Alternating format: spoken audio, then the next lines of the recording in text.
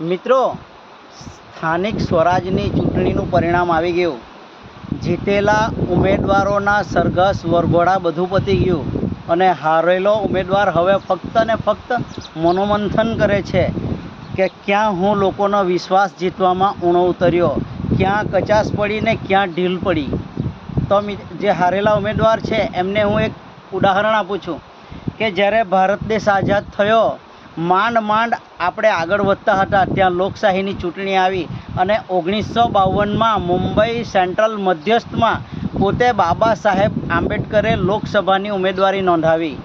આપને ખબર છે, પ્રથમ ચૂંટણીમાં બાબા સાહેબ આંબેડકર હારે છે.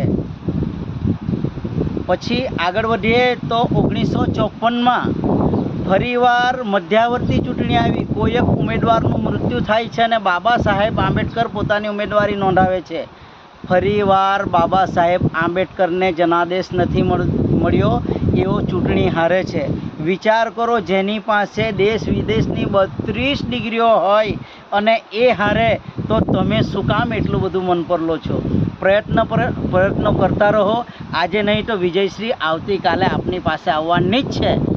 અને હારેલા ઉમેદવારો માટે કે ચૂંટણી લડેલા તમામ ઉમેદવારો માટે એક મારી નાનકડી આ વાત કે તરવાની કોશિશ ન કર દુનિયાના સહારા પર. તરવાની કોશિશ ન કર તું દુનિયાના સહારા પર. લાવીને ડુબાવે છે અહીંના લોક કિનારા પર. લાવીને ડુબાવે છે અહીંના લોક કિનારા પર. Thank you.